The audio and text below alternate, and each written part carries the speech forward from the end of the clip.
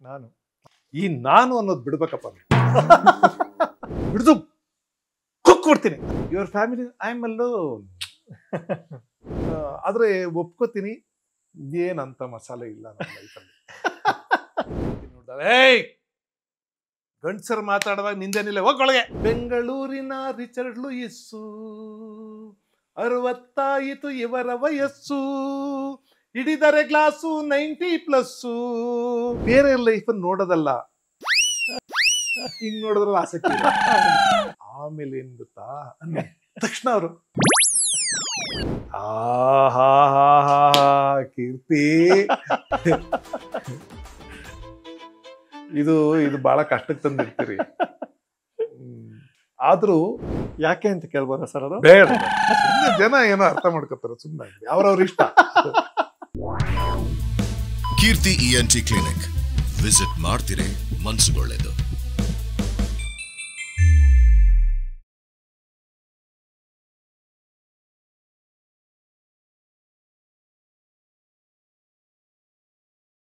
ಎಲ್ರಿಗೂ ನಮಸ್ಕಾರ.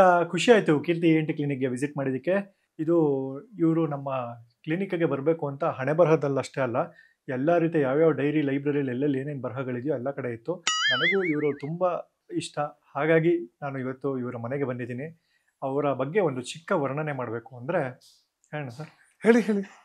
ನಗುವೆ ಇವರ ಬ್ಲಡ್ ಗ್ರೂಪು, ಹ್ಯೂಮರ್ ಇವರ ಹಾರ್ಟ್ ಬಿಟ್, ನಾಡು ನುಡಿ ಇವರ ನರನಾಡಿ. ಕಚಗುಳಿಗೆ ಒಗ್ಗರಣೆ ಹಾಕಿ ಇವರು ಮಾತಾಡ್ತಾರೆ. ಇವರ ಮಾತಲ್ಲಿ ಕರೆಂಟು ಇರುತ್ತೆ, ಕಂಟೆಂಟು ಇರುತ್ತೆ, ಜಾನಪದನೂ ಇರುತ್ತೆ, ದಾಸಪದನೂ ಇರುತ್ತೆ, ರಂಜನೆನೂ ಇರುತ್ತೆ, ಬೋಧನೆನೂ ಇರುತ್ತೆ. ನುಡಿ ಸಂತ ಅಂತ ಕರಿಬಹುದು, ಭಾಷೆಯ ಬಾಣಸಿಗ ಅಂತಲೂ ಕರಿಬಹುದು. ಅವರೇ ನಮ್ಮ ನಿಮ್ಮೆಲ್ಲರ ಪ್ರೀತಿಯ ನೆಚ್ಚಿನ ಪ್ರೊಫೆಸರ್ ಶ್ರೀ ಕೃಷ್ಣೇಗೌಡ ಸರ್.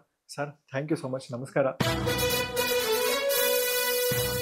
ಖುಷಿ ಆಯಿತು ನಮ್ಮ ಕೀರ್ತಿ ENT ಕ್ಲಿನಿಕ್ಗೆ ವಿಸಿಟ್ ಮಾಡಿದ್ದಕ್ಕೆ ಸರ್. ಥ್ಯಾಂಕ್ ಯು ಕೀರ್ತಿ, ನೀವು ನಮ್ಮ ಮನೆಗೆ ವಿಸಿಟ್ ಮಾಡಿದ್ದಕ್ಕೆ ನನಗೂ ಖುಷಿ ಆಯಿತು. ನಾನು ನಿಮ್ಮ ಈ ಹಿಂದಿನ ಕಾರ್ಯಕ್ರಮಗಳನ್ನ ನೋಡಿ ನಿಮ್ ಜೊತೆ ಮಾತಾಡ್ಬೇಕು ಅಂತ ಅನ್ಕೊಂಡೆ.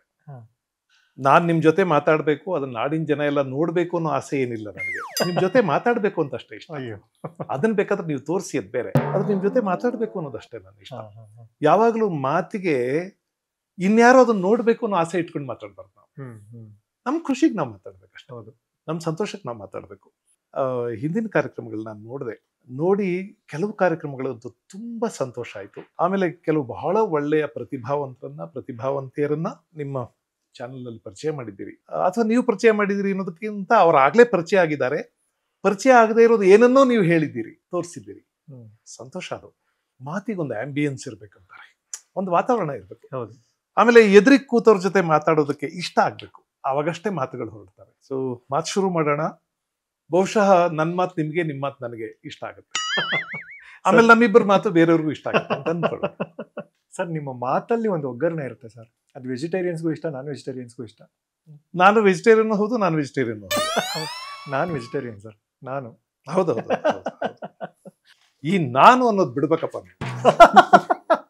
ಒಂದು ಕತೆ ಇದೆ.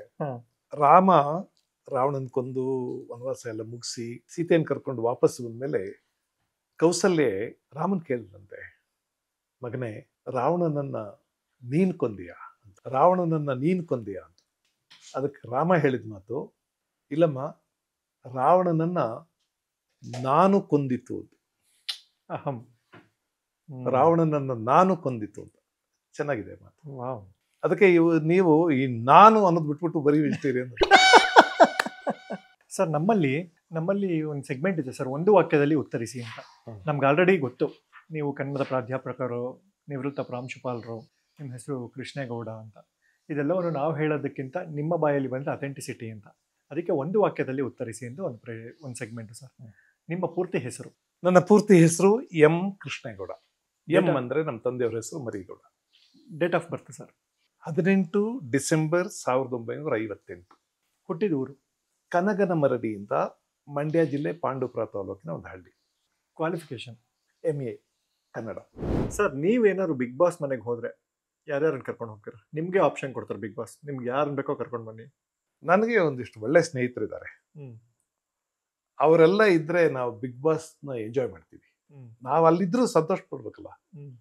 ನಾನು ನಿಜವಾಗಿಯೂ ಕರ್ಕೊಂಡು ಹೋಗೋದು ಒಬ್ರು ಹಿರೇಮಗಳೂರು ಕಣ್ಣನ್, ಹ್ಮ್ ನಮ್ಮ ಹರಟೆ ಗ್ಯಾಂಗ್. ಹ್ಮ್ ಇನ್ನೊಬ್ರು ಸುಧಾ ಬರ್ಗೂರ್, ಮತ್ತೊಬ್ರು ರಿಚರ್ಡ್ ಲೂಯಿಸ್, ಇನ್ನೊಬ್ರು ಪ್ರಾಣೇಶ, ಹ್ಮ್ ಇನ್ನೊಬ್ರು ನಮ್ಮ ಮುಖ್ಯಮಂತ್ರಿ ಚಂದ್ರು. ನೈಸ್. ಇವ್ರನ್ನೆಲ್ಲ ಖಂಡಿತ ಕರ್ಕೊಂಡು ಹೋಗ್ತೀವಿ. ಸರ್, ನೀವು ನಿಮ್ದು ಈ ಗ್ಯಾಂಗ್ ಇದೆಯಲ್ಲ ಸರ್, ಹರಟೆ ಗ್ಯಾಂಗು, ಇವರೆಲ್ಲರನ್ನು ವರ್ಣಿಸಿ ಒಂದು ಹಾಡು ಬರ್ದಿದ್ರಿ ನೀವು. ಹೌದೌದು ಹೌದು. ಆ ಹಾಡನ್ನ ಹಾಡ್ಬೋದಾ? ಎಲ್ಲರೂ ಮರ್ತಿರ್ತೋಗುತ್ತೋ ಏನೋ ಗೊತ್ತಿಲ್ಲ ಅದು. ಕನ್ನಡ ನಾಡಿನ ಮನ್ನಣೆ ಪಡೆದ ಉದಯ ಟಿವಿಯ ಹರಟೆ ಮಲ್ಲರ ಪರಿಚಯ ನಾನು ಮಾಡುವೆ. ಕನ್ನಡ ನಾಡಿನ ಮನ್ನಣೆ ಪಡೆದ ಉದಯ ಟಿವಿಯ ಹರಟೆ ಮಲ್ಲರ ಪರಿಚಯ ನಾನು ಮಾಡುವೆ. ಹಿರೇಮಗಳೂರು ಕೋದಂಡರಾಮ, ಕನ್ನಡ ಪೂಜಾರಿ ಕಣ್ಣನ್ ಮಾಮ, ನಾಲಿಗೆ ಮೇಲೆ ಸರಸ್ವತಮ್ಮ, ನಾಟ್ಯವಾಡುವಳು ತಿಳಿಯೋ ತಮ್ಮ, ಹರಟೆ ಮಲ್ಲರಿಗೆ ಇವರೇ ಗುರು, ಮಾತಾಡಿದರೆ ಹರಟೆ ಶುರು. ಬೆಂಗಳೂರಿನ ರಿಚರ್ಡ್ ಲೂಯಿಸ್ಸು, 60 ಇವರ ವಯಸ್ಸು, ಹಿಡಿದರೆ ಗ್ಲಾಸು 90+, ಹರಟೆಯಿಂದಲೇ ವರ್ಲ್ಡ್ ಫೇಮಸ್ಸು. ನಾಟಕ ಸಿನಿಮಾ 1/2, ಹಾಸ್ಯೋತ್ಸವದಲ್ಲಿ ಫುಲ್ ಟೈಟು. ಸುತ್ತಮುತ್ತಲು 10,000 ಜನ ಮುತ್ತಿರಲು, ಗಂಗಾವತಿ ಪ್ರಾಣೇಶ್ನಗೆ ಹಬ್ಬ ನಡೆಸಿರಲು, ಮತ್ತವನ ಸತಿಯೊಂದು ಮೆಸೇಜು ಕಳಿಸಿದಳು. ಕೆಣಕಿದಳು, ಕುಟುಕಿದಳು, ನಿಮಗೆ ಸಂಸಾರ ಇದೆ ಅನ್ನೋದು ನೆನಪಿದೆಯಾ ಎಂದು ಬೈದಳು. ಕೈಗೆ ಸಿಕ್ಕಿದ ಮೈಕು ಹಿಡಿದಳು, ವೀರನಾರಿಯ ಪೋಜು ಕೊಟ್ಟಳು, ದುರ್ಗಿಯಂತೆ ನಾಲಿಗೆಯ ತೆಗೆದಳು, ಕಾಲು ಕೆರೆದು ಜಗಳಕ್ಕೆ ನಿಂತಳು.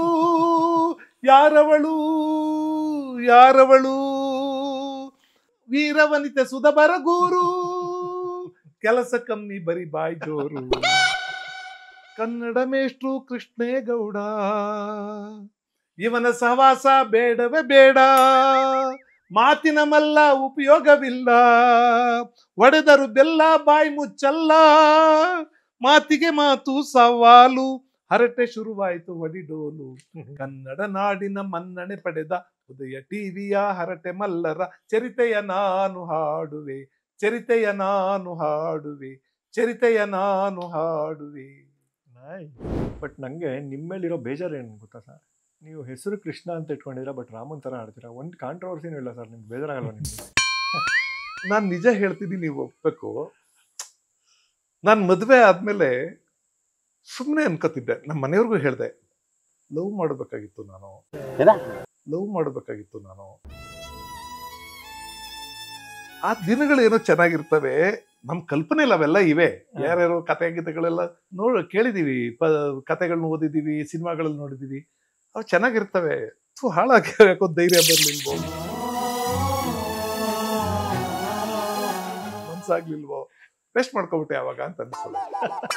ನಾನು ಹಿಂದೆ ಒಂದ್ಸಲ ಇನ್ಯಾವುದೋ ಒಂದು ಟಿವಿ ಕಾರ್ಯಕ್ರಮ, ನನ್ನ ಪರಿಚಯ ಮಾಡುವಂತ ಒಂದು ದೊಡ್ಡ ಕಾರ್ಯಕ್ರಮ, ಅದರಲ್ಲಿ ಅವ್ರಿಗೆ ಒಂದು ಮಾತು ಹೇಳಿದೆ ನಾನು, ಕೀರ್ತಿ ರೀ ನನ್ನನ್ನು ಕರಿಬೇಡ್ರಪ್ಪ, ಅದಕ್ಕೆ ಮಸಾಲೆನೇ ಇಲ್ಲ ನನ್ನ ಲೈಫಲ್ಲಿ, ಏನ್ ನಿಮ್ ಖುಷಿ ಆಗುವಂಥದ್ದು ಏನು ಇಲ್ಲಪ್ಪ. ಈ ಕೆಲವರು ಬಹಳ ಸ್ಕ್ರಾಚಸ್ ಇಂದ ಬಂದು ದೊಡ್ಡ ಲೈಫ್ ಕಟ್ಟಿರ್ತಾರೆ, ಅಂಥವ್ರನ್ನ ಕರೆದ್ರೆ ನಿಮ್ಗೇನೋ ಇಂಟ್ರೆಸ್ಟಿಂಗ್ ಅನ್ನೋ ಒಂದು ಸಿಗುತ್ತೆ. ಆಮೇಲೆ ತೀರಾ ದಡ್ಡರಾಗಿದ್ದು ಮೇಧಾವಿಗಳಾಗಿರೋರು ಇರ್ತಾರೆ, ಅಂಥವ್ರನ್ನ ಕರೆದ್ರು ಏನೋ ಸಿಗ್ತದೆ. ಇಲ್ಲದೆ ಇದ್ರೆ ಮನೆಯಿಂದ ಓಡೋಗಿ, ಅಲ್ಲಿ ಬಿಟ್ಟೋಗಿ, ಇನ್ಯಾವಳ ಜೊತೆಲ್ಲ ಓಡೋಗಿ, ಅವಳು ಬಿಟ್ಟು ಇನ್ನೊಬ್ಬನ ಕಟ್ಕೊಂಡು, ಇನ್ನು ಹಿಂಗೆಲ್ಲ ಮಾಡಿದೋದು ಸ್ವಲ್ಪ ಮಸಾಲೆ ಇರುತ್ತೆ ಕೇಳಕ್ಕೆಲ್ಲ. ಈ ಜನಗಳಿಗೂ ಏನ್ ಗೊತ್ತಾ, ಬೇರೆ ಲೈಫನ್ನು ನೋಡೋದಲ್ಲ, ಹಿಂಗ್ ನೋಡಿದ್ರಲ್ಲಿ ಆಸಕ್ತಿ ಇದೆ ಎಲ್ರಿಗೂ. ನೀವು ಯಾರ್ದಾದ್ರೂ ಲೈಫನ್ನ ನೀವು ನೇರವಾಗಿ ಹೇಳಿ, ಕುಲ್ಲಂ ಕುಲ್ಲ ಹೇಳಿ, ಜನಗಳಿಗೆ ಅಷ್ಟು ಇಷ್ಟ ಆಗಲ್ಲ. ಆಮೇಲೆ ಏನ್ ಗೊತ್ತಾ, ತಕ್ಷಣ ಅವರು ಅಂತ ಈ ಇಣಕ್ ನೋಡೋ ಬುದ್ಧಿ ಎಲ್ರಿಗೂ ಇದೆ. ನಾನು ನಮ್ಮ ವ್ಯೂವರ್ಸ್ ಬಗ್ಗೆ ಮಾತ್ರ ಹೇಳ್ತಲ್ಲ, ನಮಗೂ ಅಷ್ಟೇನೆ. ಹೌದು, ನಮಗೂ ನಿಮ್ಗೂ ಅಷ್ಟೇ ಇಣಕ್ ನೋಡೋ ಬುದ್ಧಿ ಒಂಚೂರು ಇರುತ್ತೆ. ಆ ಇಣಕ್ ನೋಡೋರ್ಗೆ ಸ್ಯಾಟಿಸ್ಫೈ ಮಾಡಕ್ ಆಗಲ್ಲ ನಾನು. ಆದ್ರೆ ಒಪ್ಕೋತೀನಿ, ಏನಂತ ಮಸಾಲೆ ಇಲ್ಲ ನನ್ನ ಲೈಫಲ್ಲಿ. No comments, no comments. ಈಗ ಟೂ ಲೇಟ್ ಅಂತಾರಲ್ಲ, ಹಾಗಾಗಿ. ಸರ್, ಈಗ ಒಂದು ಸೆಗ್ಮೆಂಟ್ ಸರ್, ಸ್ವಲ್ಪ ರಾಂಗ್ ಆಗವ್ರೆ ಅಂತ, ಕೃಷ್ಣೇಗೌಡರು ರಾಂಗ್ ಆಗವ್ರೆ ಅಂತ. ಯಾವಾಗ ರಾಂಗ್ ಆಗಿದ್ದೀರಾ? ಅಯ್ಯೋ ಆಗ್ತೀವಿ ಸರ್, ಏನ್ ನಾನು ಅತ್ಯಂತ ಸಾಮಾನ್ಯ ಮನುಷ್ಯ. ಹೌದಾ? ಇಲ್ಲೇನಂದ್ರೆ ನಾನು ಏನೇ ಪ್ರಶ್ನೆ ಕೇಳಿದ್ರು ರಾಂಗ್ ಆನ್ಸರ್ಸ್ ಹೇಳ್ಬೇಕು ಇಮಿಡಿಯೇಟ್ ಆಗಿ, ಪಟ್ ಪಟ್ ಪಟ್ ಅಂತ. ಓ ಓ ಕಷ್ಟ ಕಷ್ಟ ಕಷ್ಟ. ಯಾಕೆ ಗೊತ್ತಾ? ಹಾ, ಯಾಕೆ ಅಂತ ಹೇಳ್ತೀನಿ. ಹಾ. ನೀವು ಸೈಕಲ್ ಕಲಿಯುವಾಗ ಬಹಳ ಸಲ ಬೀಳ್ತೀರಿ, ಹಾ. ಕಲ್ತ ಮೇಲೆ ಬೀಳೋದು ಕಷ್ಟ ಹೌದು. ಅಲ್ವಾ? ಕರೆಕ್ಟ್. ನೀವು ಟ್ರೈ ಮಾಡಿದ್ರು ಬೀಳಕ್ಕಾಗಲ್ಲ. ಹೌದು ಚೆನ್ನಾಗಿ ಸೈಕಲ್ ಕಲ್ತ್ಬಿಟ್ಮೇಲೆ ಅಂತೂ ಬೀಳಕ್ಕಾಗಲ್ಲ. ಹೌದು ಅಂದ್ರೆ ನಿಮ್ಗೆ ಗೊತ್ತಿದೆ ಅಂದಾದ್ಮೇಲೆ ಗೊತ್ತಿಲ್ದಂಗೆ ಇರೋದು ಕಷ್ಟ. ಹೌದು. ಆಯ್ತಾ? ಬಿಸ್ಮಿಲ್ಲಾ ಖಾನ್ ಅವರು ನಮ್ಮ ಸನದಿ ಅಪ್ಪಣ್ಣಕ್ಕೆ ಸಂಗೀತ ಕೊಟ್ರಲ್ಲ, ಶಹನಾಯಿ ನುಡಿಸಿದ್ರಲ್ಲ, ಆವಾಗ ಇವ್ರಿಗೊಂದು ಸಣ್ಣದೊಂದು ಬಿಟ್ಟು ಅಪಶ್ರುತಿ ಬೇಕಾಗಿತ್ತಂತೆ. ಒಂದು ಅಪಶ್ರುತಿ ನುಡಿಸಿದ್ರೆ ಅವ್ರಿಗೆ ಆಗ್ತಾನೆ ಇಲ್ವಂತೆ. ಅಪಶ್ರುತಿ ನುಡ್ಸಕ್ ಆಗ್ತಾನೆ ಇಲ್ವಂತೆ. ಹಂಗೆ ಈ ಕಲ್ತ ಮೇಲೆ ಹೌದು ರಾಂಗ್ ಆನ್ಸರ್ ಕೊಡೋದು ಸ್ವಲ್ಪ ಕಷ್ಟ. ಸ್ವಲ್ಪ ಟ್ರೈ ಮಾಡೋಣ. ರಾಂಗ್ ಆನ್ಸರ್ಸ್ ಹೇಳ್ಬೇಕು ಇಮಿಡಿಯೇಟ್ ಆಗಿ, ಪಟ್ ಪಟ್ ಅಂತ. ಮೊದಲನೇ ಪ್ರಶ್ನೆ ಸರ್, ನಿಮ್ಮ ಹೆಸರು? ರಾಮಚಂದ್ರ ಸಾಗರ್. 2+2 9. ತುಳಸಿ ಹಬ್ಬಕ್ಕೆ ಯಾವ ಗಿಡನ ಪೂಜೆ ಮಾಡ್ತೀವಿ? ದಾಳಿಂಬೆ ಗಿಡ. KRS ಕಟ್ಟಿದವ್ರು ಯಾರು? ನಾನೇ. 4 ವೀಲರಲ್ಲಿ ಎಷ್ಟು ಚಕ್ರ ಇರುತ್ತೆ? 9. ಹೊಸ ಕ್ಯಾಲೆಂಡರ್ ನ್ಯೂ ಇಯರ್ ಯಾವ ತಿಂಗಳಲ್ಲಿ ಶುರು ಆಗೋದು? ಮಾರ್ಚ್ ಅಲ್ಲ. ನಮ್ಮ ನಾಡಭಾಷೆ ಯಾವುದು ಸರ್? ನಮ್ಮ ನಾಡಭಾಷೆ ಇಂಗ್ಲಿಷು. ಹರಟೆ ಗ್ಯಾಂಗ್ನಲ್ಲಿ ನಿಮ್ಗಿಂತ ಚೆನ್ನಾಗಿ ಮಾತಾಡೋರು ಯಾರಾದ್ರು ಇದ್ದಾರಾ? ನನಗಿಂತ ನಾನೇ ಚೆನ್ನಾಗಿ ಮಾತಾಡ್ತೀನಿ. ಕನ್ನಡ ರಾಜ್ಯೋತ್ಸವ ಯಾವ ತಿಂಗಳಲ್ಲಿ ಬರುತ್ತೆ? ಕನ್ನಡ ರಾಜ್ಯೋತ್ಸವ ಡಿಸೆಂಬರ್ 18ನೇ ತಾರೀಕು. ಮೈಸೂರು ಯಾವ ರಾಜ್ಯದಲ್ಲಿದೆ? ಮಂಡ್ಯ ಜಿಲ್ಲೆಯಲ್ಲಿದೆ ಅಂತ ಅನ್ಕೊಂಡಿದ್ದೀನಿ. ಭಾರತದ ಅತಿ ದೊಡ್ಡ ಪ್ರಾಣಿ ಯಾವ್ದು ಸರ್? ಈ ಇರುವೆ. ನಮ್ಮ ಮುಖ್ಯಮಂತ್ರಿಗಳ ಹೆಸರೇನು? ರಾಮ್ ಸಿದ್ದಯ್ಯನವರು. ಚಾಮುಂಡೇಶ್ವರಿ ಬೆಟ್ಟದಲ್ಲಿರೋ ಮುಖ್ಯ ದೇವರು ಯಾವುದು? ಲಕ್ಷ್ಮೀದೇವಿ. ಹರಟೆ ಕಾರ್ಯಕ್ರಮ ಶುರುವಾಗಿದ್ದು ಯಾವ ಚಾನಲಲ್ಲಿ? ಗೊತ್ತಿಲ್ವಾ ಸರ್? ETV. ನಮ್ಮಲ್ಲಿ ಜ್ಞಾನಪೀಠ ಪ್ರಶಸ್ತಿ ತಗೊಂಡಿರೋರು ಇಬ್ಬರ ಹೆಸರು ಹೇಳಿ. ದೇವನೂರು ಮದೇವು, ಇನ್ನೊಬ್ರು ಆಲ್ನಳ್ಳಿ ಕೃಷ್ಣ. ನಿಮ್ಮ ಹೆಂಡತಿ ಹೆಸರೇನು ಸರ್? ಕೀರ್ತಿ. ಇದು ಬಹಳ ಕಷ್ಟಕ್ಕೆ ತಂದಿರ್ತೀರಿ. ಆದ್ರೂ ಒಂದು ತಪ್ಪುತ್ತರ ಹೇಳ್ತಾ ಇದ್ದೀನಿ. ಹಲೋ ಹಲೋ ಹಲೋ, ಒಂದು ತಪ್ಪುತ್ತರ ಹೇಳ್ತಾ ಇದ್ದೀನಿ. ನನ್ನ ಹೆಂಡತಿ ಹೆಸರು ರಾಣಿ ಮೇಘನಾ. ರಾಣಿ ಮೇಘನಾ ರಾಣಿ. ಏನು ಯಾರು ಸರ್ ಅದು? ತಪ್ಪು ಉತ್ತರ ಹೇಳ್ತಾ ಇದ್ದೀನಿ ಅಂತ ಇನ್ವರ್ಟೆಡ್ ಕಾಮರ್ಸ್ ಅಲ್ಲೆಲ್ಲ ಇಟ್ಟಿದ್ದೀನಪ್ಪ ನಾನು. ವೆರಿ ನೈಸ್ ಸರ್, ತುಂಬ ಚೆನ್ನಾಗಿ ಆಡಿದ್ರಿ. ತುಂಬ ಚೆನ್ನಾಗಿ ಆಟ ಆಡಿದ್ದಕ್ಕೆ ನಿಮಗೆ ಮುಂದಕ್ಕೆ ಕಷ್ಟ ಆಗ್ಬೋದು. ನಿಮ್ಮ ಹೆಂಡತಿ ಹೆಸರು ತಪ್ಪುತ್ರ ಹೇಳಿದ್ದಕ್ಕೆ ಊಟಕ್ಕೆ ತೊಂದರೆ ಆಗ್ಬೋದು, ಹಣಕಾಸಿನ ವ್ಯವಸ್ಥೆಗೆ ತೊಂದರೆ ಆಗ್ಬೋದು. ಅಲ್ಲಿ ಯಾವಾಗ್ಲೂ ಕಷ್ಟ ಇರುತ್ತೆ ಎಲ್ರಿಗೂ, ಸ್ವಲ್ಪ ಅಡ್ಜಸ್ಟ್ ಮಾಡ್ಕೊಂಡು ಹೋಗ್ತಾ ಇರ್ತೀವಿ. ಹಾಗಾಗಿ ನಿಮಗೆ ನಮ್ಮಲ್ಲಿ ನಿಧಿ ವೃದ್ಧಿ ಫೈನಾನ್ಷಿಯಲ್ ಅಡ್ವೈಸರ್ಸ್ ಅಂತ ಇದ್ದಾರೆ ಸರ್. ನಿಮ್ಮ ಹೆಂಡತಿ ಏನಾದ್ರು ಊಟ ಹಾಕಿಲ್ಲ ಅಂದ್ರೆ ಅವ್ರು ಒಂದು ಸ್ವಲ್ಪ ಊಟ ಕೊಡ್ತಾರೆ ನಿಮಗೆ. ಅವ್ರ ಫೈನಾನ್ಷಿಯಲ್ ಅಡ್ವೈಸರ್ ಊಟ ಹಾಕಿ ಕೊಡ್ತಾರೆ ಅಂದ್ರೆ ಅವ್ರು ಡ್ರೈ ಫ್ರೂಟ್ಸ್ ಕಳಿಸಿದಾರೆ ಸರ್ ನಿಮಗೆ. Great, thank you. ಇವರು ನಿಧಿ ವೃದ್ಧಿ ಫೈನಾನ್ಷಿಯಲ್ ಅಡ್ವೈಸರ್ಸ್ ಅಂತ ಸರ್. ಓಕೆ. ಇವ್ರ ಸ್ಪೆಷಾಲಿಟಿ ಏನಂದ್ರೆ ಸರ್, ನಮಗೆ ಯಾರಿಗೆ ಯಾವುದೇ ರೀತಿಯ ಲೋನ್ಗಳು ಬೇಕು ಅಂದ್ರೆ ಇವರಿಗೆ ಫೋನ್ ಮಾಡಿದ್ರೆ ನಿಮ್ಮ ರಿಕ್ವೈರ್ಮೆಂಟ್ ಏನು ಅಂತ ತಿಳ್ಕೊಂಡು ಅದಕ್ಕೆ ಯಾವ ಬ್ಯಾಂಕ್ಗಳಲ್ಲಿ ಎಷ್ಟು ಕಡಿಮೆ ಇಂಟ್ರೆಸ್ಟ್ ರೇಟ್ ಇದೆ ಅಂತ ಚೆಕ್ ಮಾಡಿ ಹೇಳ್ತಾರೆ. ಇವ್ರ ಹತ್ರ 100+ ಬ್ಯಾಂಕ್ಸ್ಗಳ ಟೈಅಪ್ ಇದೆ. ಓಕೆ. ಸೊ ಇವ್ರು ನಿಮ್ಮ ಹತ್ರ ಕಮಿಷನ್ ತಗೊಳ್ಳಲ್ಲ. ಇವರು ನಿಮಗೆ ಬ್ಯಾಂಕಿಂಗ್ ಪ್ರಾಸೆಸ್ನೆಲ್ಲ ಸುಲಭ ಮಾಡಿಕೊಡ್ತಾರೆ. ಎಲ್ಲ ಲೋನ್ಗಳು, ಎಸ್ಪೆಷಲಿ ಬಿಸ್ನೆಸ್ ಡೆವಲಪ್ಮೆಂಟ್ ಲೋನ್ಗಳು, ಈ ಡಾಕ್ಟರ್ ಲೋನ್ಗಳು, ಎಜುಕೇಷನ್ ಲೋನು, ಎಲ್ಲ ಥರ ಲೋನ್ಗಳನ್ನ ಕೊಡಿಸ್ತಾರೆ ಇವರು. ಚೆನ್ನಾಗಿದೆ. ಇದು ನಿಧಿ ವೃದ್ಧಿ ಅಂತ ನಾವು ಗೂಗಲ್ ಮಾಡಿದ್ರೆ ಸಿಗುತ್ತೆ ಸರ್. ಇವ್ರದ್ದು ಕಾಂಟ್ಯಾಕ್ಟ್ ನಂಬರ್ಗಳು ಇಲ್ಲೇ ಬರ್ತಾ ಇದೆ, ಅಲ್ಲೇ ಸಿಗುತ್ತೆ. ಸೊ ಫೈನಾನ್ಷಿಯಲ್ ಅಡ್ವೈಸರ್ಸ್ ಇವರು ತುಂಬ ಚೆನ್ನಾಗಿ ಅಡ್ವೈಸ್ ಮಾಡ್ತಾರೆ. Thank you. ಈಗ ದಾಂಪತ್ಯದ ವಿಚಾರಕ್ಕೆ ಬರೋಣ ಸರ್. ಮೊದಲನೇದಾಗಿ, ಜೀವನದಲ್ಲಿ ಹೆಂಡತಿಯನ್ನ ಪ್ರೀತಿಸಬೇಕೆಂಬುದು ಅವಶ್ಯಕತೆ, ನಮ್ಮ ಹೆಂಡತಿಯನ್ನೇ ಪ್ರೀತಿಸಬೇಕೆಂಬುದು ಅನಿವಾರ್ಯತೆ ಅಂತ. ನಿಮ್ಮ ಪ್ರಕಾರ ಮದುವೆ ಅವಶ್ಯಕತೆನ ಅನಿವಾರ್ಯತೆ? ಮದುವೆ ಅವಶ್ಯಕತೆನ ಅನಿವಾರ್ಯತೆನ ಅಂತ ಒಂಚೂರು ತಮಾಷೆಗೆ ಉತ್ತರ ಹೇಳ. ದಯವಿಟ್ಟು. ಹುಡುಗ ಹುಡುಗಿ ಮಧ್ಯೆ ಮದ್ವೆಗೆ ಮುಂಚೆನೆ ಏನೆಲ್ಲ ಆಗ್ಬಿಟ್ಟಿದ್ರೆ ಅನಿವಾರ್ಯತೆ, ಏನು ಆಗಿಲ್ಲದೆ ಅಂದ್ರೆ ಅವಶ್ಯಕತೆ. ಓಕೆ, ನೀವು ಎಲ್ಲಿ ತನಕ ಬೇಕಾದ್ರೂ ಯೋಚನೆ ಮಾಡ್ಬೋದು. ಹೌದೌದು, ಅವರವರ ಅಕ್ಕಂಗೆ ಅವರವ್ರ ಭಾವಂಗೆ. ಅದೇ ಸರ್, ನೀವು ಮದುವೆ ಆಗಿದ್ದೀರಾ ಸರ್, 30+ ವರ್ಷಗಳ ದಾಂಪತ್ಯ.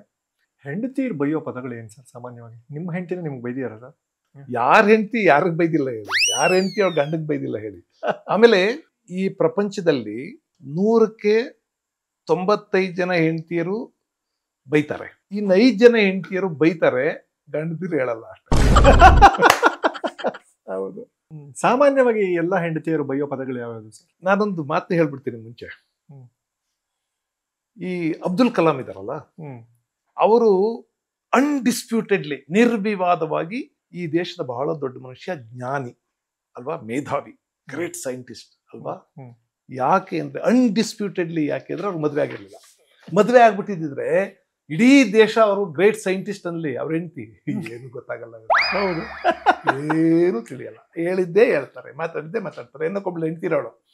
ನೀವು ನೋಡಿದಿರಿ ಅಂತ ಕಾಣಿಸುತ್ತೆ, ನನ್ನ ಅನುಭವದಲ್ಲಿ ನೋಡಿದ್ದೀನಿ.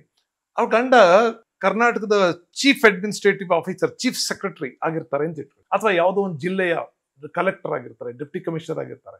ಅವ್ರ ಹೆಂಡತಿ ಕೇಳ್ತಿ ಏನು ಗೊತ್ತಾಗಲ್ಲ ಇವ್ರಿಗೆ. ಅವ್ನು ಜಿಲ್ಲೆ ನಡೆಸ್ತಿರ್ತಾನೆ, ರಾಜ್ಯ ನಡೆಸ್ತಿರ್ತಾನೆ, ಏನು ಗೊತ್ತಾಗಲ್ಲ, ಇವ್ರು ನಂಬ್ಕೊಂಡ್ರೆ ಆಯ್ತು ಅಂತಾರೆ. ಸ್ಟೇಟ್ ಫೈನಾನ್ಸ್ ಸೆಕ್ರೆಟರಿ ಆಗಿರ್ತಾರೆ ಅವರು, ಇಡೀ ರಾಜ್ಯದ ಫೈನಾನ್ಸ್ ಸೆಕ್ರೆಟರಿ. ಅವ್ರ ಹೆಂಡತಿ ಕೇಳಿ, ಇವ್ರ ಕೈಲಿ ಏನಾದ್ರು ದುಡ್ಡು ಕೊಟ್ಬಿಟ್ರೆ ಮುಗೀತು ನಮ್ಮ ಮನೆ ಕತೆ ಅಂತ.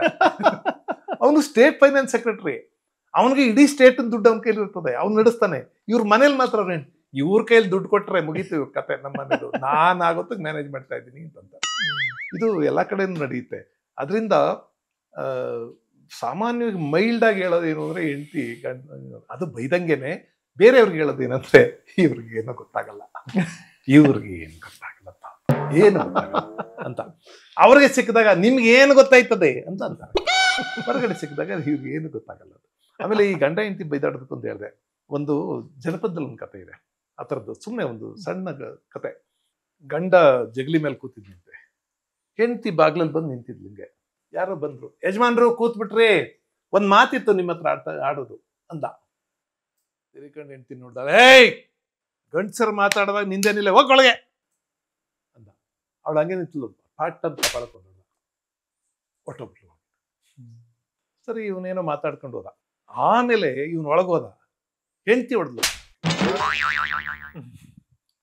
ನನ್ಗೆ ಹೊಡಿತಾ ಇದೀಯಾ? ಆಗ ನಿನ್ ಮಾನ ಉಳಿಸಕ್ಕೆ ನಾನು ಏಟ್ ತಿಂದೆ, ಈಗ ನನ್ ಮಾನ ಉಳಿಸ್ಕೊಳಕ್ಕೆ ನಿನ್ಗೆ ಹೊಡಿತಾ ಇದ್ದೆ.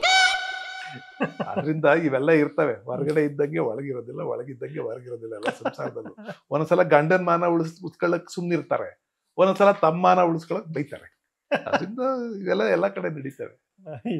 ಆಮೇಲೆ ನಿಮ್ಗೆ ಯಾಕೆ ಕುತೂಹಲ ಅಂತ? ಇಲ್ಲ ಸರ್, ನಾನು ಒಬ್ನೇ ಬೈಸ್ಕೊತಾ ಇದ್ದೀನ ಅಂತ.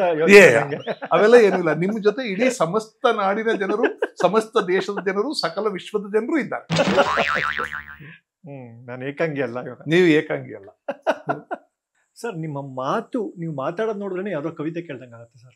ಮಾತಲ್ಲಿ ಒಗಟುಗಳು ಹೇಳ್ತೀರಾ, ಗಾದೆಗಳು ಹೇಳ್ತೀರಾ, ಕವಿವಾಣಿಗಳೇ ಹೇಳ್ತೀರಾ, ಅದೇನೋ ಒಂದು ಆನಂದ, ವಿಶೇಷ ತೃಪ್ತಿ. ಈಗ ನಿಮ್ಮ ಬಾಯಲ್ಲಿ ನಾವು ಕನ್ನಡದ ಗಾದೆಗಳು ಕೆಲವೊಂದು ಹೇಳ್ತೀನಿ ಸರ್. ಅದಕ್ಕೆ ಈ ಮಾಡ್ರನ್ ಲೈಫ್ಗೆ ಕನೆಕ್ಟ್ ಆಗೋ ಥರ ಆ ಗಾದೆಗಳನ್ನ ಮಾಡ್ರನ್ ಲೈಫ್ಗೆ ಹೆಂಗೆ ಚೇಂಜ್ ಮಾಡ್ಬೋದು ಅಂತ ಏನಾದ್ರು ಟ್ರೈ ಮಾಡ್ಬೋದಾ ತಾವು?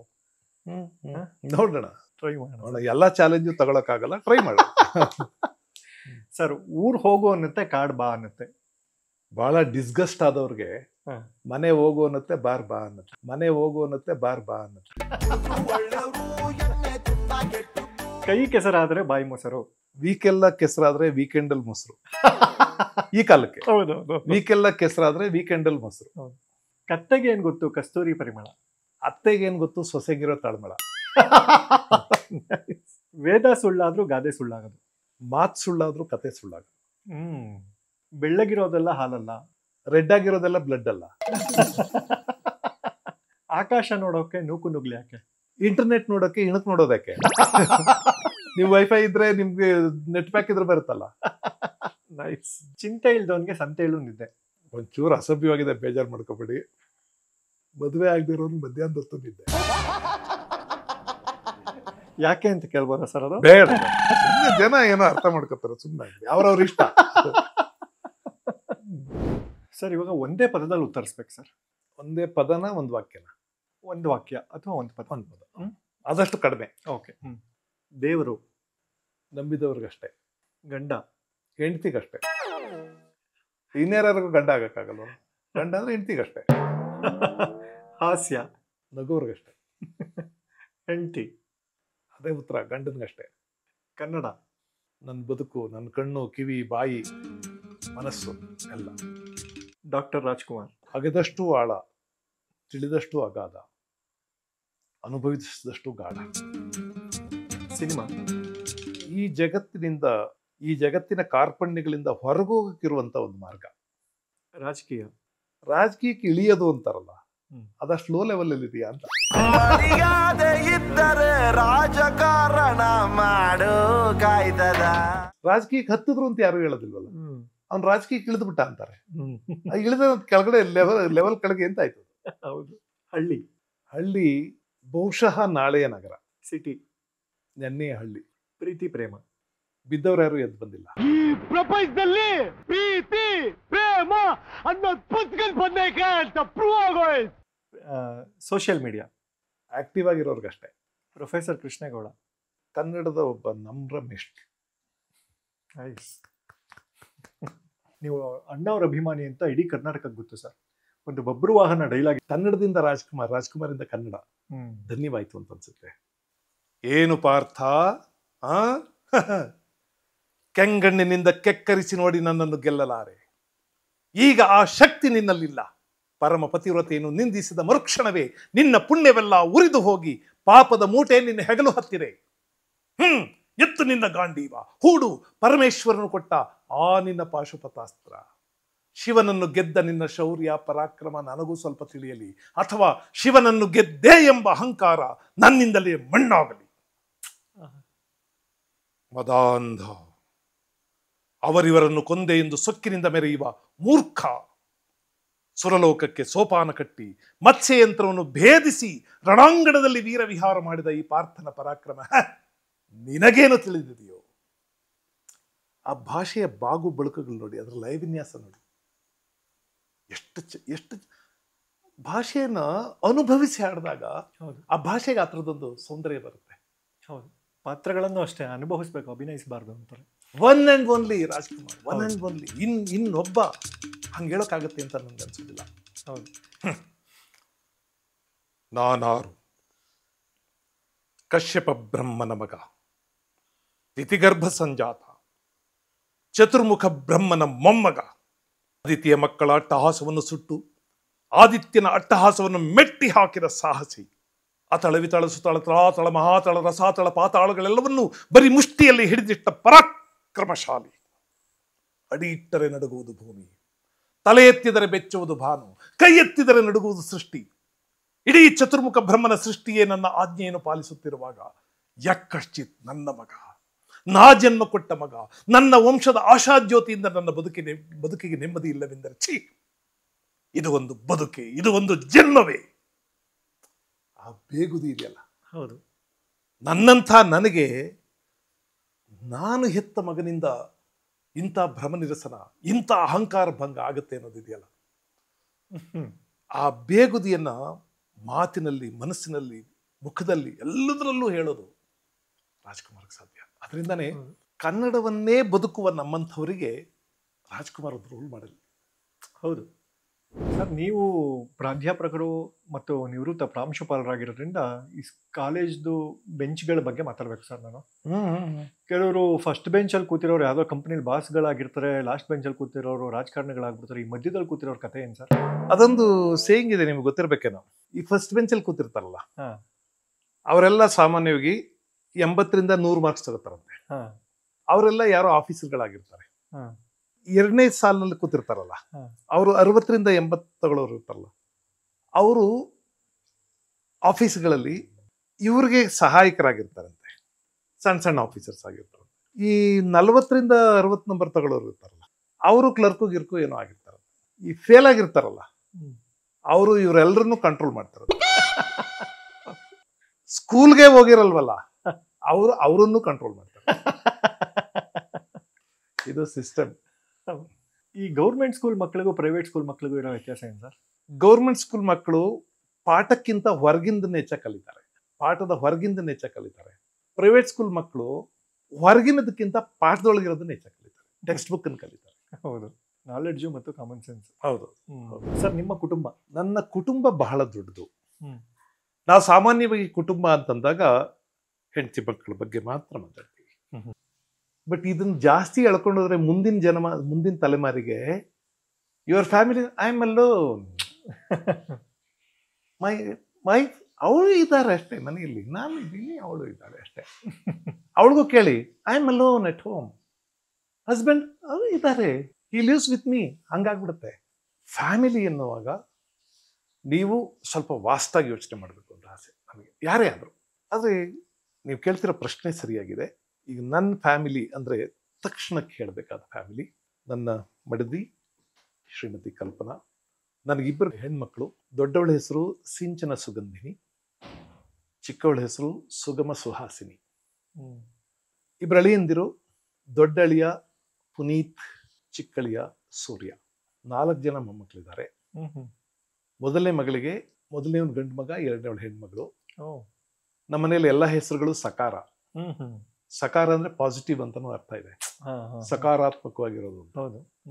ನನ್ನ ಮೊದಲನೇ ಮಗಳ ಇಬ್ಬರು ಮಕ್ಕಳ ಹೆಸರು ಸಾಮ್ರಾಜ್ಯ ಮತ್ತು ಸ್ವಾರಸ್ಯ. ಎರಡನೇ ಮಗಳಿಗೆ ಮತ್ತೆ ಒಂದು ಗಂಡು ಹೆಣ್ಣು ಅವಳಿ ಮಕ್ಕಳು, ಅವರಿಬ್ಬರ ಹೆಸರು ಸುಮೇರು ಮತ್ತು ಸುವಿಂಧ್ಯ. ಓಹೋ, ನೈಸ್. ಸೊ ಇದು ನನ್ನ ಇಮಿಡಿಯೇಟ್ ಫ್ಯಾಮಿಲಿ. ಎಲ್ಲರೂ ಇಬ್ರು ಮಕ್ಕಳು ಬೆಂಗಳೂರಿನಲ್ಲಿದ್ದಾರೆ. ಅವ್ರ ಮದುವೆ ಆಗೋಕ್ ಮುಂಚೆನೆ ಅವರು ನಾವು ಎಲ್ಲರೂ ತೀರ್ಮಾನ ಮಾಡಿದ್ವಿ, ನಾವು ಈ ದೇಶದಲ್ಲೇ ಬದುಕಬೇಕು ಅಂತ. ಅವರು ಈ ದೇಶದಲ್ಲಿ ಬದುಕಬೇಕು ಅಂತ. ಹಾಗಾಗಿ ಹೊರಗಡೆಯಿಂದ ಬಂದ ಎಲ್ಲಾ ಮದುವೆ ಪ್ರಸ್ತಾಪಗಳನ್ನ ನಾವು ನೇರವಾಗಿ ತಿರಸ್ಕರಿಸಿದ್ವಿ. ಇಲ್ಲ, ಕ್ಷಮಿಸಿ, ಮಕ್ಕಳು ಇಲ್ಲಿಯೇ ಇರ್ತಾರೆ, ಕರ್ನಾಟಕದಲ್ಲೇ ಇರಬೇಕು ಅಂತ. ಅದು ಭಾರತದಲ್ಲೂ ಬೇರೆ ಕಡೆ ಅಲ್ಲ, ಕರ್ನಾಟಕದಲ್ಲೇ ಇರಬೇಕು ಅನ್ನೋ ನಮ್ಮ ಆಸೆ ಆಗಿತ್ತು.